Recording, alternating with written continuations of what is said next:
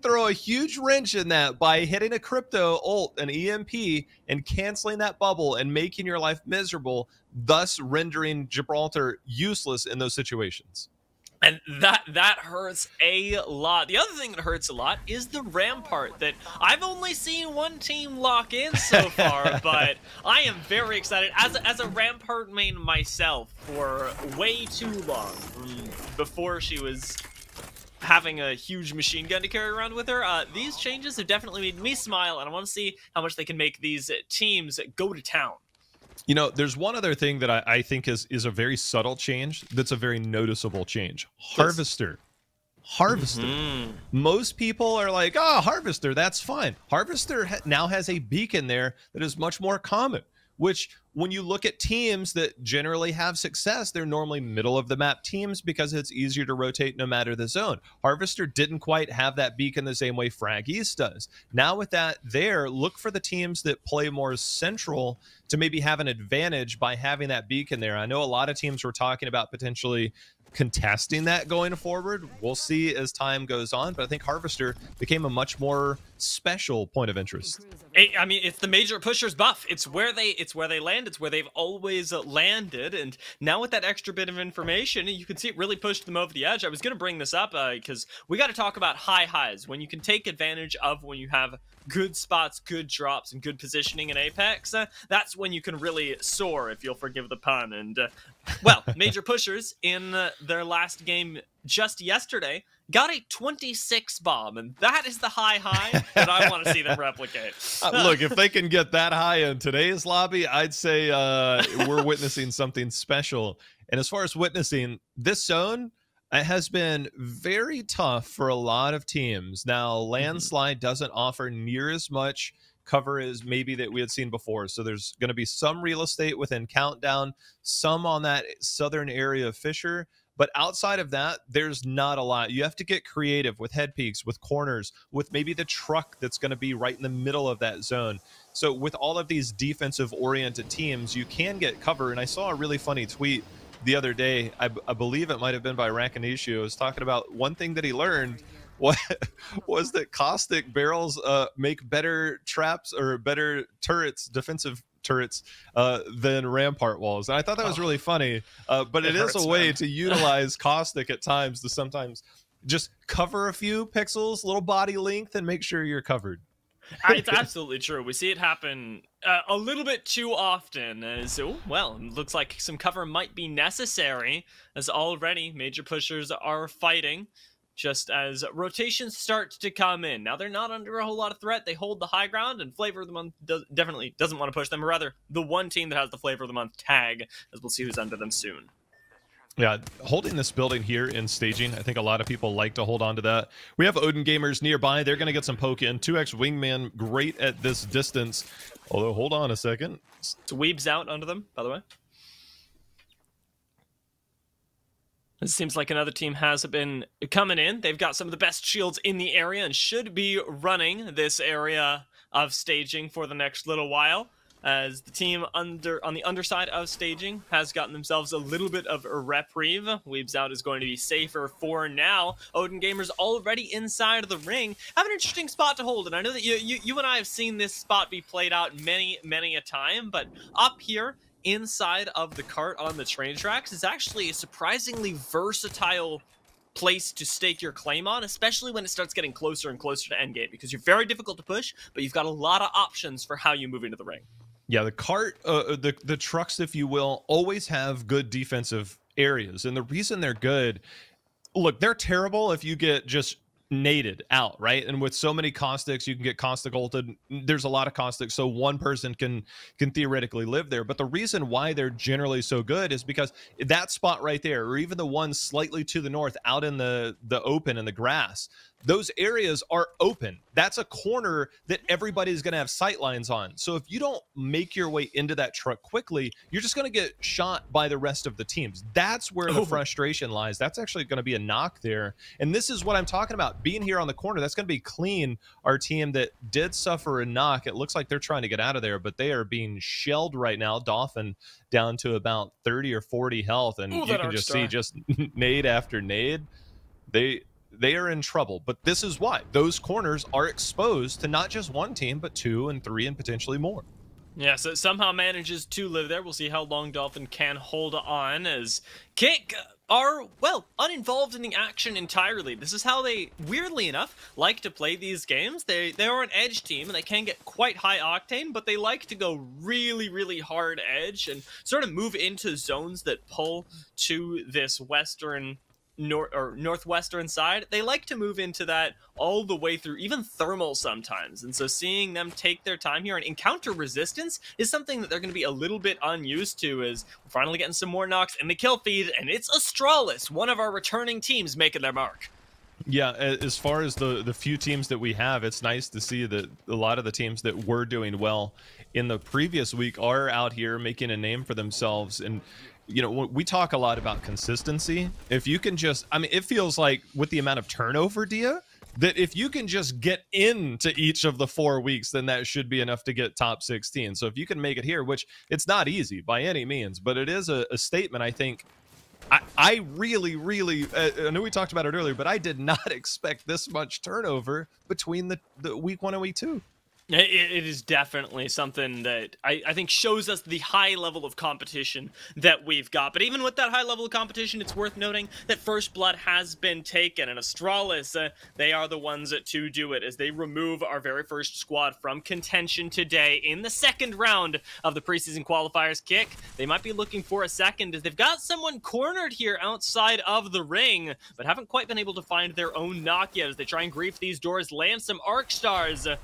We'll see if Hyarka, Uako, and Origin's name can take him out. I am very curious on how many people are in here, because it looked like Kick was the one that was split, and now they're the ones that are kind of forming around this, making a concave, trying to keep whoever's in there trapped. You have to imagine that's a full team. It'd be very upsetting if a whole team was split, but whoever's in there seems like an animal with their back against the wall, like they're trying to fight back and just trying to get out of here. Yeah, what you talk about, though, this sort of positioning from Kick definitely tells me a lot about the confidence moving into this match. They're still feeling like they can bomb out. They did really well in quarters and may not have had a massive performance in the semis, but have been still a very consistent team when it comes to getting going early. And I think that sort of momentum can take them far. As well, now we find out why everybody was so back and so cornered, because they had a Valkyrie to take them all out to safety this whole time. That's the joy of having a Valkyrie, is it changed the way that teams can rotate. And as the metas changed, normally it was Wraith or Octane to be able to rotate from point A to point B in the middle of a fight. Now it just seems like repositioning is the name of the game and playing much more comfortable. Valkyrie, we wondered how much she would impact the meta months ago. Now we're seeing that her impact continues to escalate despite no changes to her. It's just all the characters around her. Yeah, and welcome back, by the way, to Dead Inside, as they managed to escape that, as we're going to see another scan come through as well. This is a little bit of a different team comp. They still got that Valkyrie that you talked about being so valuable. They still got the Jibby, but they're running the Loba at the same time. And Loba is something that I enjoy, but it's definitely a risky pick. It can give you a lot in the end game, but there's a chance it falls flat on its face. Here's that truck out in the open that I was mentioning, and you can see with Uprising moving in, they got some nades in, but unless you get some serious impact on those nades, you can't push, which makes them great defensive areas. And we did see a defensive bombardment actually get a takedown and a thirst onto Aiton, but it's no fear that's in here. You can be in here and you can hold these areas. They don't have a caustic. But as long as you don't take serious damage, it's really hard for people to come into you. Now, when it does become exposed is when, say, from Countdown, when that zone starts to come in, these teams get desperate for places to move into, but they also don't have as many people shooting at them. That's when these trucks get real crazy to defend. Yeah, our zones last time for highest action were in between zones 3 and zones 4 so right now, as we get into zone 2, we're not necessarily expecting, J-How, for everybody to just be beating each other up, to be taking these kill points right now. You're poking, you're making sure that your position is safe, but what would you say are the main focuses for this sort of early game for a lot of these teams? Because to me, it feels like it's all about just putting yourself in the best position. Yeah, we'll take a look at this fight here. Well, that was nasty by Tycoon, by the way. He did not miss a shot and took about, I don't know, 10 health in the middle of that. This truck, this is one of those trucks I'm surprised it gets pushed this early, but Chiefs have done it cleanly. That's what has to be done, and they have done it in spectacular fashion. There's one member left.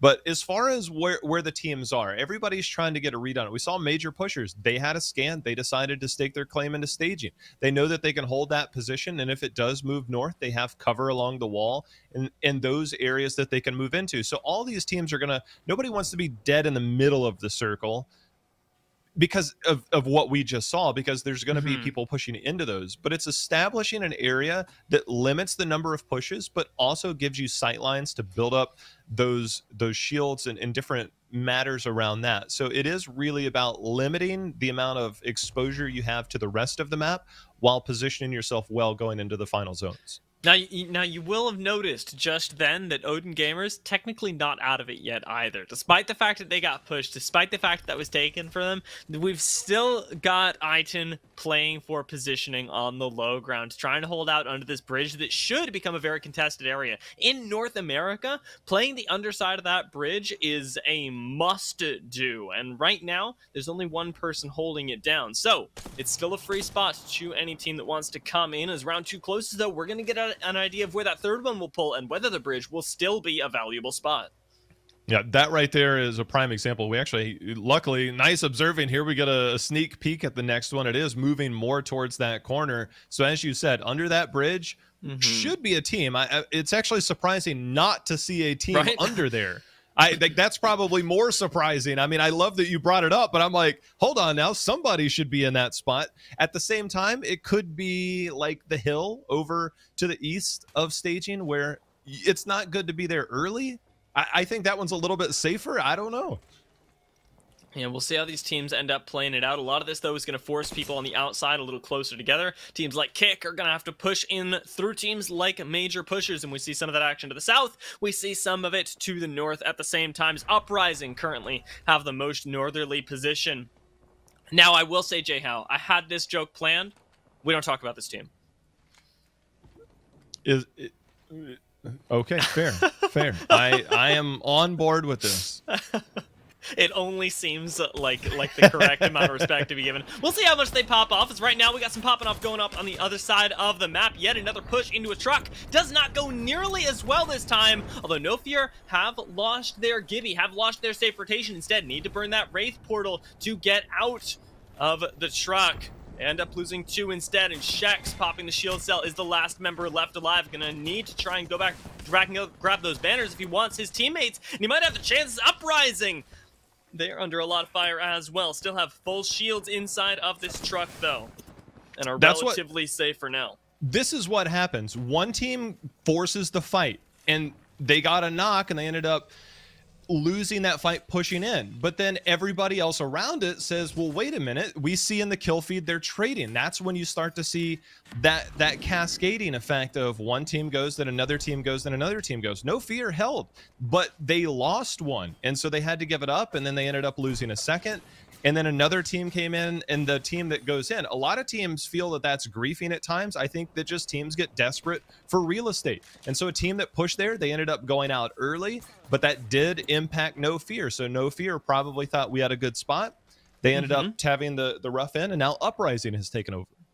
Yeah, they managed to find well, some nice kills for themselves, but other than that, it's really just about the spot, where this is a surprising position for Shex to be taking as he runs completely out in the open, looking for a spot to hold down. Red Dragon, who were thinking about contesting Major Pushers, now must think better of it, while still having to relocate inside of that next ring as round 3 is closing, and now they've got to go through the tunnel if they want to make it in safe at all. They still got that Valkyrie ult to use, but we take a look over at Astralis, and they are finding some knocks of their own. It seems like they're finishing off what should be the rest of Clean.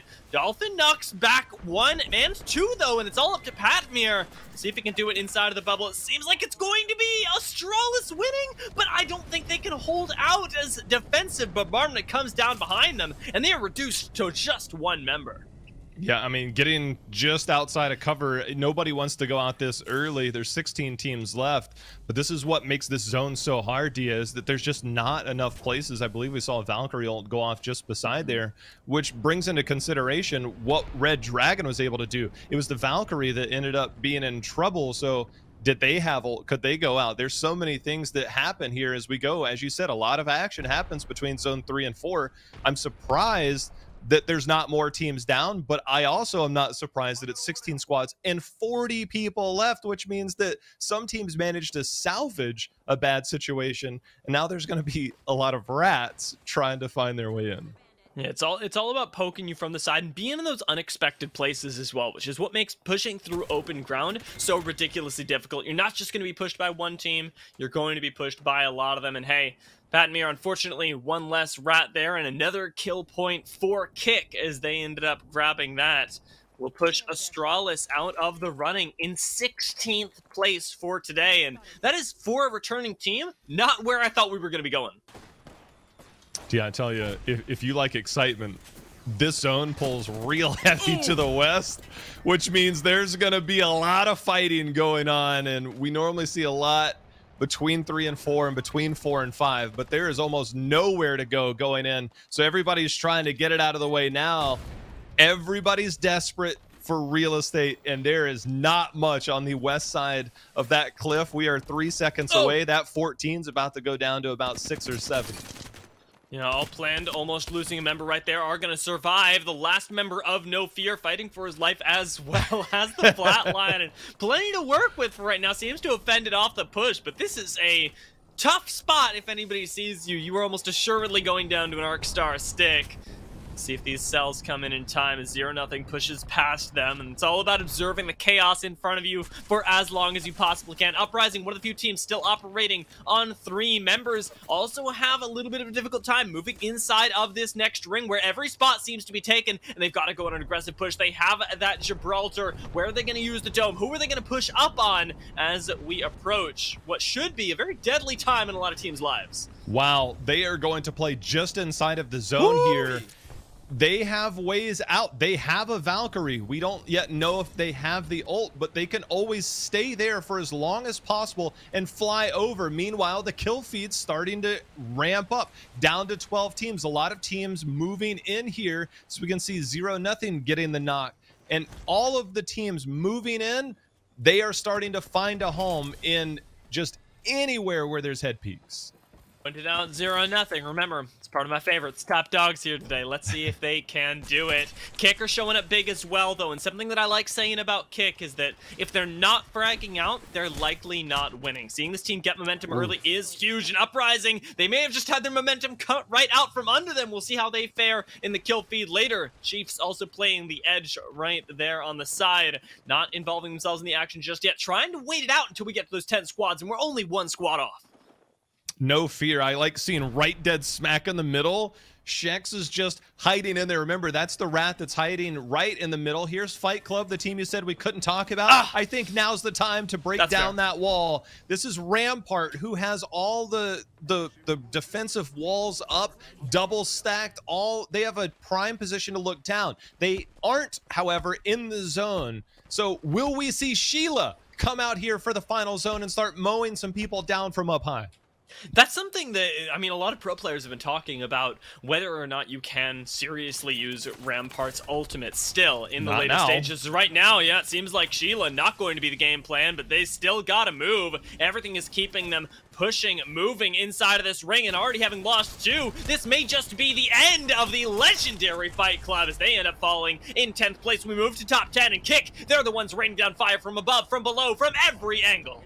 Kick not only is doing that, but they are the kill leaders, and they have been fragging out. They have the top position in the game right now, so look for them to try and pick off all the fights. Arcstar is going to go down to try and get some damage, or at least scatter the roaches. They're getting the shots. Uako is actually going to get very aggressive. That's going to be the death of Loba. See if they can finish that up, but it is Kick who is dominating lobby number 1. See if they can close it out as we approach the final zone.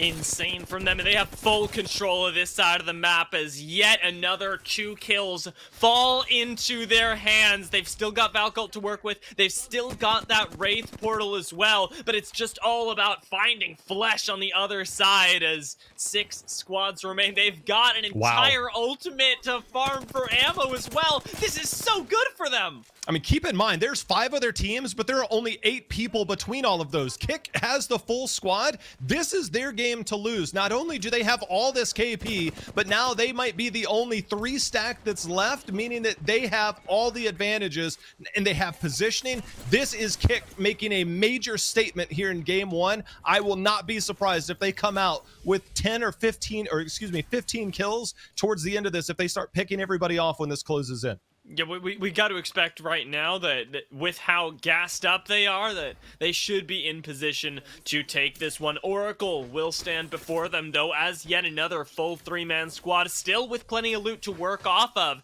and their push has to be perfect, but they have the Caustic, they have the Gibraltar, a lot of these tanky, zone-controlling fellas as we get into this last zone should be even more valuable because they can control space in a way that Kick simply cannot right now. Yeah, and they don't have to move in as far. They do have to crest over that wall. That's their major crux on the other side, and Kick is going to play. They are the one team, or one of the few teams, running a Wraith, so they'll have the portal dance at least. That also gives them position. Meanwhile, Oracle trying to deal with some rats on their side. So we've got 2 full teams and a couple of rats. So right now it's between Oracle and Kick. We'll see if anybody else can sneak in and get some, but Oracle taking a lot of damage. Is this another rat or is this a full team? That's the question on everybody's mind. Is it looks like it's at least 2 members that are absolutely pushing Kick right now. We're trying to invade up in the high ground. Both domes end up getting dropped, but nobody's actually gone down yet. Hyarka's Peacekeeper really does a lot of work. They end up dropping down to the low ground, and Kick are going to try and play for this low control. Make sure that nobody else can drop down here with them. It's risky because people can just jump down and take them out with shotguns, can throw nades at them. But right now, I think they're betting that those ordinances, they are all out at this point. It has been a knockdown, drag-out fight to get to the top 3, and now Oracle need to make their push. Oracle has the tools to do this. See if they have the Caustic ult. That's the major factor in all of this. Oracle, they are seconds away from having to drop down. With that at their back, that's going to be the rat out. Shex made it all the way to 3rd place. Big pickup for them. But now it is going to be Oracle and Caustic time. Bubble down on the bottom, and that's going to be the knock. Kick actually going to go down, trying to push up into that. And now it's Oracle with only 1 member left. It's going to be Kick. Uako is the one with the 301, and that's actually going to hit. And Kick is game number 1 champions. What a clutch play there by Uako. Oh my lord, that shield swap was almost pixel perfect as well. I have never seen somebody pop off so much, and I've seen Uako play before. These guys have bombed lobbies before. Any number of things that have happened so far for these teams. One minor change, one bullet that misses from Uchako's clip there to stop people. We could be looking at an entirely different story. So game number 5, I'm expecting more of the same. And as we drop down, we will have people like Kick taking a little bit longer to get to where they want to go. But the big question on everybody's mind is, where are we going for the end of the game? We've had a lot of north recently. We've had some stuff over there in the west by staging. Because right now, it seems like we might have a little bit of a fight by staging as well. Yeah, this is early breakout.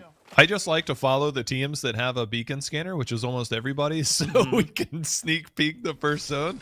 It's the least important while simultaneously being the most important. You know what I mean?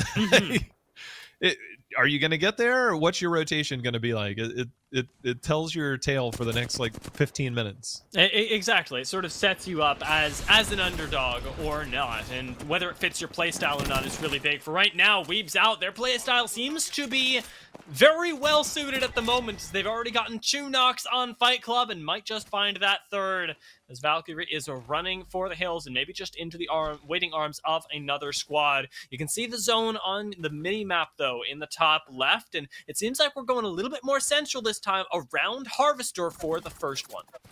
You told me we weren't going to talk about them. It's true. It's true. But here we are. Well, I mean, if they're dying, you know, they're professional players. We gotta give them the respect. Boy, they are sending it, trying to get this. They need to be careful. We can see the mini map. They can't. Major pushers seems to be lurking in the area. And if they catch them split, major pushers will get aggressive. We've seen them do it once already, rotate out of Harvester and try and find some early KP. They are on the doorstep. See if they pull the trigger. Something that I'd be really excited to see is, I mean, we talked about how zones can suit your playstyle or not. Harvester is pretty central. And I think that the fact that major pushes land there is no accident. There's a very high chance that they are more comfortable in this meta playing inside of the zone and have been for a very long time. The fact that this first ring, at the very least, is pulling with them inside of it might give them a slightly better spot, because if we cast our minds back to game 1, they did really well at holding down the territory inside of staging for a very long time. Yeah, they were not graced with a very good zone later, and that was the problem that they had. But when you are already there, we know Harvester, it's Harvester or that area west towards staging. We kind of get a sneak peek on the edge of the minimap from Clean, so we know it is potentially... We'll get a better look here. But I agree with you. Harvester can house a lot of teams, and they are one that can definitely benefit from it. Yeah, I like that Clean are making an aggressive move for a snake. Snakes are very difficult to hold down, but this specific one is already being pushed by multiple teams, and there's a reason why, Jay-How. It gives you access, theoretically, to that hill right next door. If you are in that snake, or if you're in the position that Clean ended up finding themselves in right there, you have the chance to jump up later and kick. Jumping up, speaking of, as they find themselves inside of a fight with Wako really needing to pull out that master tracking once again. He does it with the help of his friend Tiarka on the outside, and now, once again, we're going to get this team rezzing. Yeah, the fact that they get this early KP, great for them. They'll have to rotate in later, but they have benefited so much from the early KP, fighting outside of areas where you know you're not going to be third-partied. Things are going in their favor. Great start for them. Meanwhile, we have a very different look for our other team in the top 2 of Clean that was playing for that zone. And I like that you brought that up with that hill, is that you can't really push. If a team holds that hill, a team doesn't really push you. It's hard to get pushed from inside of Harvester. So it is a great start, I think, for them on both sides. And Top Dog's not nearly so lucky, as they did end up going down. We'll see how Al-Kabal ends up holding up, though, as they've got another pretty prized piece of real estate. Granted, this time it is to the south of zone, and it tends to be very highly contested when it's to the north. But these fences right outside of Thermal give you a lot of room, a lot of cover to play with, and you can alternate between this, the next, and even the underside choke through train. Oh, wow. Clean already being contested down here. If they are going to fight, this has to be the time. This isn't where they wanted to be fighting for sure, but some nice damage will keep Astralis at bay. As they come around the side, though, it's not going to be enough. Hestia ends up finding the knock on this Wraith and is going to get yet another for the Thirst. Coming around with the shotgun will make 3, and it seems like this is a third party that's coming on the side where Hestia is unfortunately almost taken down, but manages to find that Mastiff shot. That was Clean. Clean is out. That is crazy. Clean landed in the snake, but found their way over here. With Clean being out, we saw the early KP from Kick. Kick has to be looking at this kill feed, being very excited now. But I will say that it's Astralis that is picking up those kills, and Astralis is not that far behind anyone. They're in fourth, great point. And so as happy as you can be as Kick, you gotta be worried about Astralis starting to pick up steam at the same time, because they found what it looks like almost 2 squad wipes there as they came in and third partied it dead inside. We talked about this area down here, the fences. They're definitely heavily contesting them right now and just trying to stay up. Healing for the moment as the Arc Star can be thrown, but they're not quite ready for the push yet, and the rest of the team is lagging behind. They have such an unusual setup. When you have a Loba, your offensive abilities aren't really offensive. I mean, you kind of have a character that's kind of dead in the water in the middle of a fight, and that's not normally your forte. So we'll check back in on that. Meanwhile, No Fear using that drone acts as a security camera towards the north. 2 members will hold the south. Uprising are finding some kills, stacking themselves up as well. No Fear does not look like they're living up to the name based on their positioning, but it is very smart positioning, and that's the thing that we can say. They control multiple chokes, and on the high ground are very difficult to push successfully. Nades are their only weakness from this point, and While Dead Inside are also looking to take control of the high ground, they are going to finally finish that rotation they were trying to make earlier to middling success. Man, I just can't believe clean out this early. And as you pointed out, Australis being the team to make that happen. Don't have the nameplates now, but we'll keep our eyes on where Kick lands. This zone does tend to house a lot of teams. I believe Sheriffs, by the way, is on that hill, or on the house on the hill in this zone. I think we got a quick look at them. So that's a team that is within striking distance and another team that plays zones very well. I think we'll check back in there later. So a team to keep our eyes on down the road.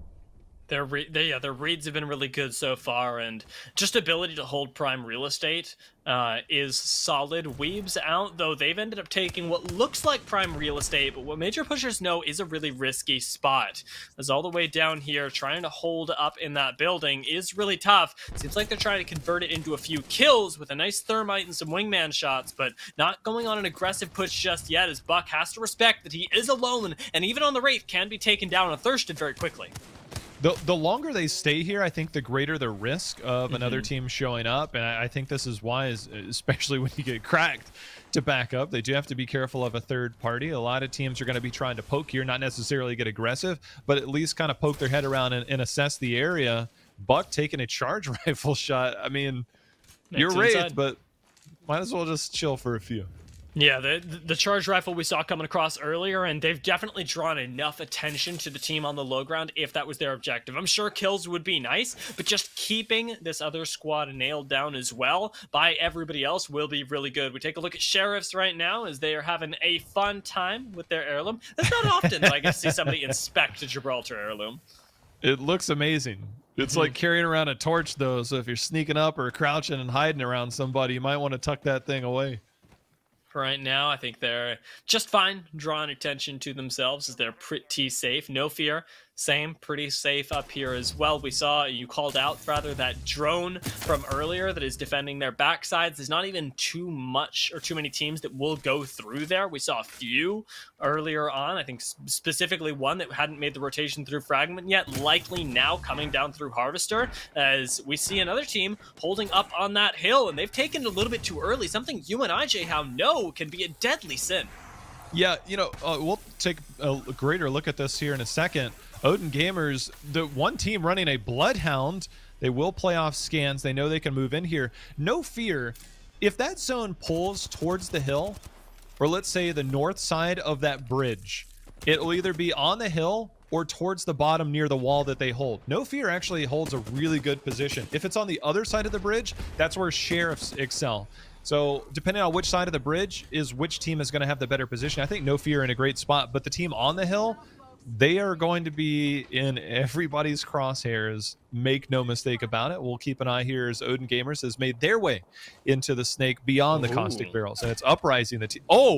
Oh, that's why it's hard to hold. That is a little bit of a taste of their own medicine too. I can't help but enjoy the irony there, as Uprising, who ended up wielding the Kraber last game, are now being sieged down. We take a look back at Odin, though, not just the only team running a Bloodhound, but the only team running a Bangalore at the same time. The obscuring of visibility is strong with these ones. They push into a caustic team with the smokes down as well. Shadow's trying to hold on to dear life up here, but the Arcstar going to connect onto both of them, end up downing him as well, leaving YY the only one alive up top. Odin end up finding the win with this unorthodox composition in the meantime, and Harvester's getting spicier, JL. I always talk about this when it's relevant, but DigiDay, and I watch Shiv, loves to play Bangalore. DigiDay in the Crafter is a fantastic day to run Bangalore, okay? Oh, this is bad. One shot here. Uprising, one lone member. Don't know if they'll last for much longer. They're out. But DigiDay is always a fantastic day to run Bangalore. I'm just going to say that. and the fact that they haven't been running this the whole time means that nobody's really ready for it. This is sort of a way to try and cheese a win, if you want, to get yourself a composition that nobody is prepared for, that nobody will be crafting digis in to get ready to deal with. And Kick Speaking of dealing with, that's going to be tough for the squad on the other side. It seems like they're going to try and valk out, and they are ready, but unfortunately, the shots don't quite connect, and it seems like there's going to be a free rotation here. No even crack coming through means that Kick now are fully on the edge and uncontested as they push into Harvester. They would have loved to have gotten some more KP there because they do have to rotate in amongst all of these teams, and there's limited space for them to go. You can see they're pinging on the left on the tracks, which means they have to go up, which means they'll likely have to use a Valk ult to do it, or they'll have to run forward and do some climbing in the eyes and the sight of others. And with the zone now being on the western part of Harvester or that hill, there's no guarantee that you're going to have a place to land. So Kick, they've got to figure out what their strategy is. Of course, the scanning from Valkyrie's ult does give them some information. They'll have to reply quickly. Here we go. This is a big play. This is a really big play this game. And it's good that All Planned is holding up the backside as well, because it's keeping all eyes from being on Kick. Remember, they still cannot play this too risky. They can't be landing right on top of somebody because they're in contention for a top spot. And right now, I think that's them soaring right above Harvester. We'll have to see where they end up landing. It's Dead Inside or holding up the other side of staging. Have that Kraber, but barely missing the shot. We're going to hold on till later. Somehow, some way, these Kravers continue to find their hands into deadly squads. Dead Inside, one of our teams returning from week 1, so for them to continue to pick up points is good. We haven't called their name a lot today, but they are in a position now to potentially pick up more. Oh, hold on a second. Valkyrie just kind of standing there. The portal goes back the other direction. So now All Planned getting some prime KP. I'm not sure if that's there. Oh my goodness. That's a nice stick. Would you like another? Yeah, there's more where that came from for sure, and even more damage comes through. Even gets a knock there, which should be enough, but notice that All Planned isn't pushing it just yet, and they send their Valkyrie down to get an angle instead. They don't want to give up this spot, but they also really, really want what's inside of those nice loot boxes. As Bubble goes down, I don't know if All Planned is going to be able to get away with it. No, they would have loved to have gotten those thirsts, but that is thwarted by a third party, and they'll just take their loot via the old-fashioned way with a Lopa ult. No, we'll see if they can survive a Bloodhound coming up behind them as well, as we've already seen that take out one squad. All Planned is still looking to throw nades down onto the unsuspecting below. And hey, you find shots here as well with the smoke coming out by a little bit more extra cover. Serious, just some serious damage with the Volt. And the ring closing in behind them means that their backs will once again be safe. Something that cannot be undervalued at this point in the game.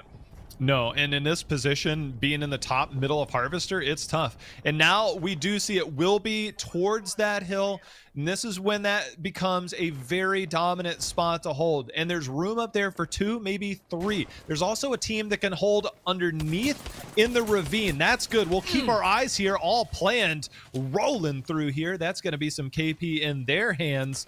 But a team can exist in the ravine, 2 on the hill. Those are the spots that people will look for. But with 10 teams, you got to get creative. No fear. We know the team that was holding the choke. We haven't checked on them in a while. So a lot of key spots that will be coming up in Zone 4 going into Zone 5.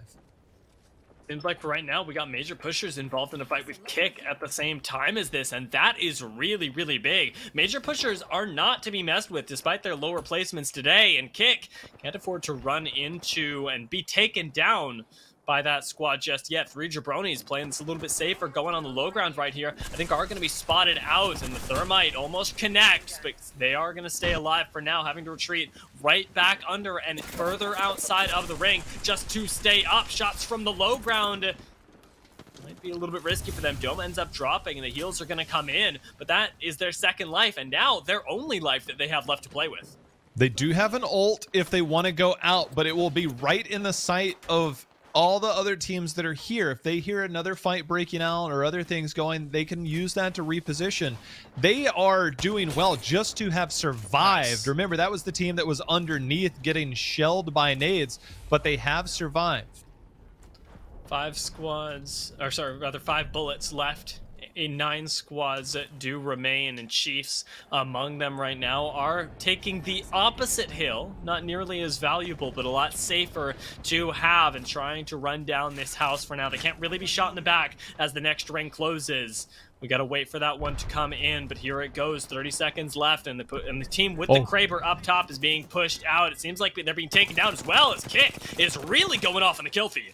Yeah, K1CKing just rolled No Fear to take what might be the best spot in the game. K1CKing, we know Clean went out early. K1CKing, one of our top teams, definitely first place now. And if they can have another good game, might be positioning themselves for a first place finish today. We'll keep an eye on that action later. Right now, Chiefs dropping down, do have to move back up on top of the hill where they were. And it looks like now they've given up too much positioning. They do have a rock to hide behind, but it will be K1CKing. That zone that pulls over towards that outing pulls down towards them. K1CKing now has the dominant position. We'll see if they can maintain that, but one team in the ravine scouting out bird's eye view here thanks to our crypto drone. And it's going to be Chiefs. That's going to be a headshot. The Kraber comes out. When you're sitting still in that drone, you are an easy target, sir.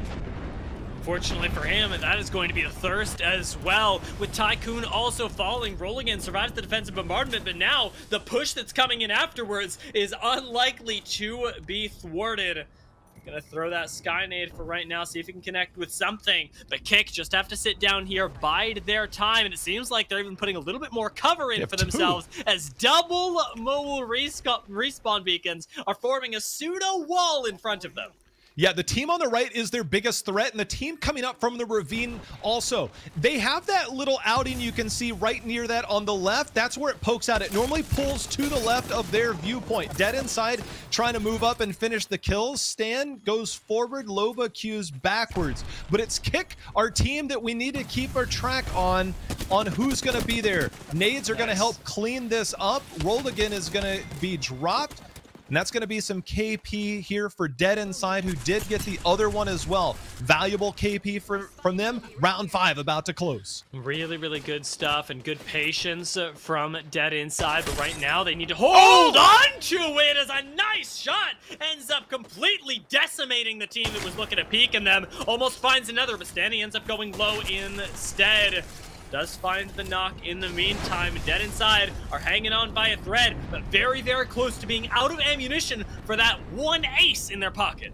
Well, K1CKing, there's 2 bubbles on the left of our viewpoint now. That's where K1CKing is. We'll watch the kill feed. Kraber shot. If you land another, that's going to be a crack. They're going to push off of that. And here they go. Dead Inside moving up to take over. They are the king of the hills with 5 squads left. The fighting's down at the bottom. Weaves out that team over here by K1CKing. And this is the team that could be the gatekeeper, but it's going to be Buck who's going to fall. K1CKing with Uchaku still making plays happen. 4 squads left, 10 players total. Yarka was knocked down. We'll see if they can get him up. Still 4 squads remaining, though, and Dead Inside is the focus of at least one of them, trying to heal up on top of this hill. K1CKing has managed to get Yarka back into the game, and now we're healing up, looting up, and getting ready for the next push. As in 40 seconds, this zone is going to close, but I suspect that we're going to see knocks very, very soon before then. 30 seconds. This rock is where they can peek out. The ravine team is always the surprise team here. It's hard to focus them, and they get to control when they come up, or it's the zone at most. That is always the scariest team going into this last zone. You can see Dead Inside already has them in their sights. They would love to take care of them now, but Dead Inside still has a great position here on top of the hill. Gotta look out for K1CKing, who definitely want to take them down.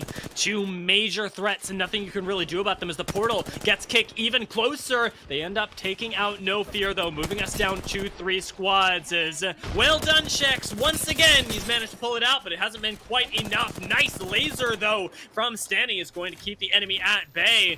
As Fizu almost ends up going down as well, gets the shield bat just in time. It is on a knife's edge right now, and it looks like K1CKing may have found themselves the best angle. That box is where everybody wants to play, but with only 3 teams left, they might not have that angle. Dead Inside shooting down at the team in the ravine. They have the sight lines on both. They can't take their eyes off of one team or the other. Again, the ravine team is the one that can really disrupt all of this. Bubble was already used. See if Kazakh Boy tries to ult over there on the side, but here comes a portal forward. That's going to be directly on them. Dead Inside shooting down.